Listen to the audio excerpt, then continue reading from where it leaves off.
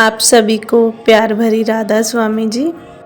जैसे कि आप सभी को पता है कि पाकिस्तान और इंडिया में चिंता का माहौल बना हुआ है।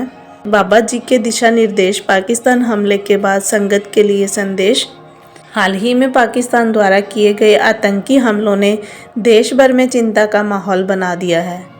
ऐसे समय में बाबा गुरिंदर सिंह जी ने संगत की सुरक्षा और शांति बनाए रखने के लिए कुछ महत्वपूर्ण दिशा निर्देश जारी किए हैं।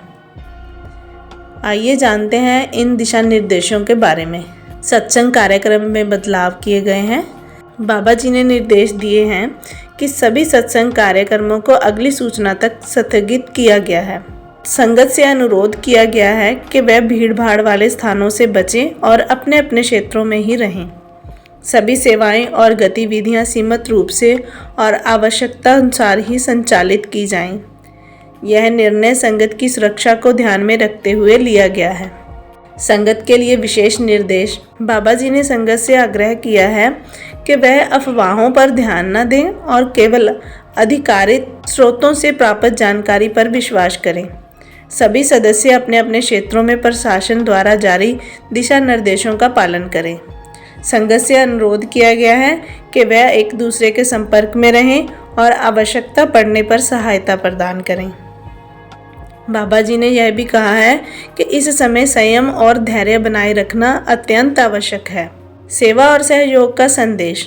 बाबा जी ने संगत को प्रेरित किया है वे इस कठिन समय में एक दूसरे की सहायता करें और समाज में शांति और भाईचारे का संदेश फैलाएं। सभी सदस्य अपने अपने क्षेत्रों में ज़रूरतमंदों की मदद करें, जैसे कि भोजन, दवाइयों और आवश्यक वस्तुओं की आपूर्ति में सहयोग करें। बाबा जी का मानना है कि सेवा ही सच्ची भक्ति है।